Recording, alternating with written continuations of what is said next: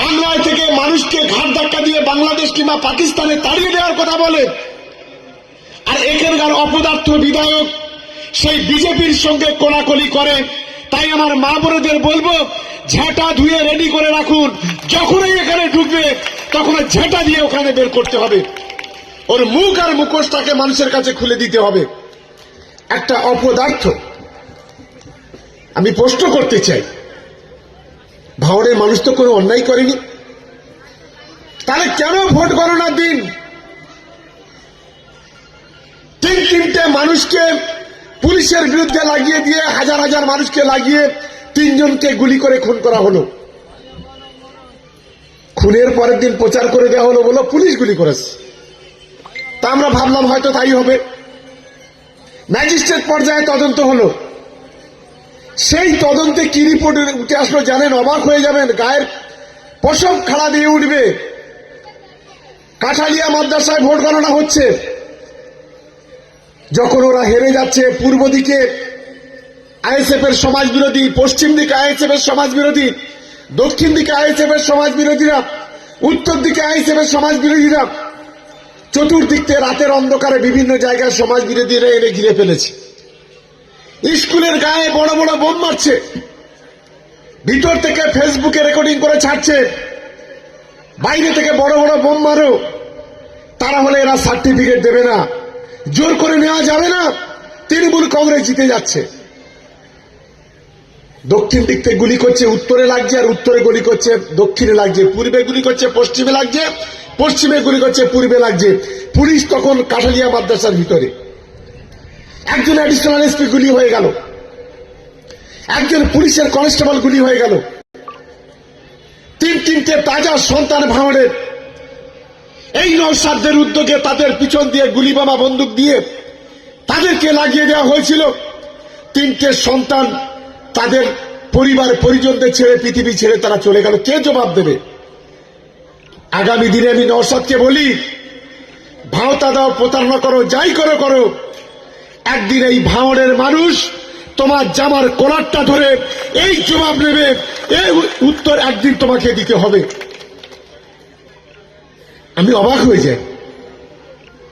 ভাঙড়ের মানুষের হাতে খাতা কলম তুলে দেওয়ার কথা বলেছিলেন, আজকের ভাঙড়ের যুব সমাজের হাতে গুলি বোমা বন্দুক তুলে দিয়ে ভাঙড়টাকে সর্বনাশের রাস্তায় ফেলে দিচ্ছেন। তাই আমি আপনাদের কাছে অনুরোধ করব, আমি তো আহসান ভাইকে ধন্যবাদ জানাবো। এই ধরনের নেতা যদি অঞ্চলে অঞ্চলে একটা থাকে, ব্লকে ব্লকে একটা থাকে, তাহলে সেই এলাকায় উন্নয়ন এবং গরিব মানুষের পাশে দাঁড়ানোর ক্ষেত্রে কোনো সমস্যা আমাদের হয় না। কারণ আজকে এখানে একটা নয়, দুটো নয়, 100 নয়, 200 নয়, 500 নয়, 1700 কম্বল আজ এখানকার গরিব মানুষের হাতে তুলে দেওয়া হবে। এই টাকা পঞ্চায়েতের টাকা নয়, এই টাকা পঞ্চায়েত সমিতির টাকা নয়, এই টাকা জেলা পরিষদের নয়, এই টাকা আমাদের আহসান ভাই সহ যারা নেতৃত্ব আছে নিজেদের পকেট থেকে দিয়ে আজ 1700 মানুষের হাতে এত সুন্দর কম্বল এই শীতের সময় আজকে তুলে দিচ্ছে। আমি কুর্নিশ জানাই, আমি ধন্যবাদ জানাই, আর আপনাদের সকলের আমন্ত্রণ করছি। আর এই যদি আইএসএফ এর চামচারা যদি থাকে, তাদেরকেও বলে যাচ্ছি, একটু 14 তারিখে 14ই জানুয়ারি বোলালির মাঠে যাবেন। ভাঙড় 1 নম্বর ব্লক থেকে 9টা অঞ্চল থেকে 8000 শুধু বুথ কমিটি আর অঞ্চল কমিটির সদস্যরা আসবে, সাধারণ মানুষ নয়। আর প্রাণগঞ্জ অঞ্চলের আমাদের তৃণমূল কংগ্রেসের সমস্ত কর্মীরা থাকবে।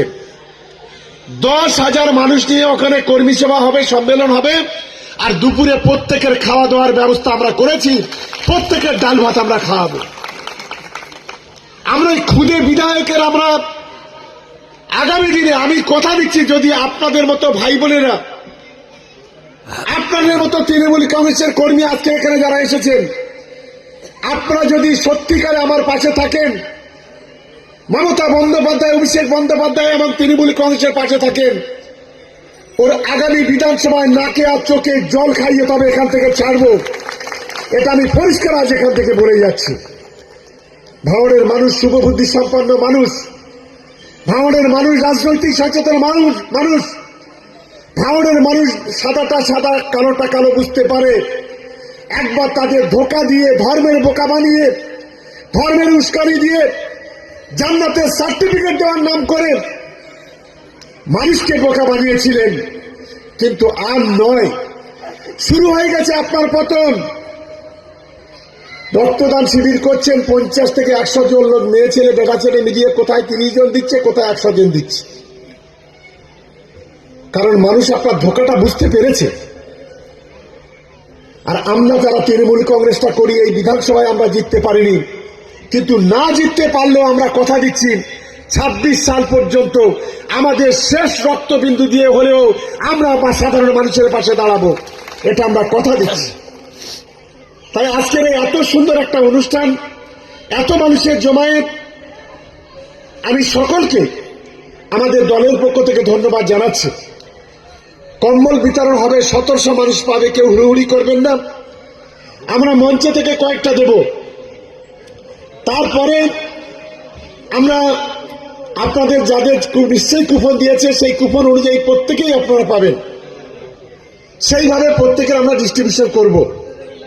আর একটা কথা বলে আমি শেষ করব, সামনের লোকসভা নির্বাচন, যে নির্বাচনে খুদে 4 পয়সা নওশাদের বিরুদ্ধে লড়াই নয়, এই নির্বাচনে এই 4 পয়সা সিপিএম এর বিরুদ্ধে লড়াই নয়, আগামী লোকসভা নির্বাচনে বিজেপির মতো এক সাম্প্রদায়িক শক্তির বিরুদ্ধে লড়াই, যে লড়াইতে গোটা ভাঙড়ের মানুষের হিন্দু মুসলমান ঐক্যবদ্ধভাবে এখান থেকে বিজেপিকে, আইএসএফ কে, সিপিএম কে নির্মূল করে দেওয়ার জন্য আমি আবেদন রাখছি আপনাদের কাছে। আপনারা নিশ্চিতভাবে সেই মানসিকতা নিয়ে লড়াইটা করবেন।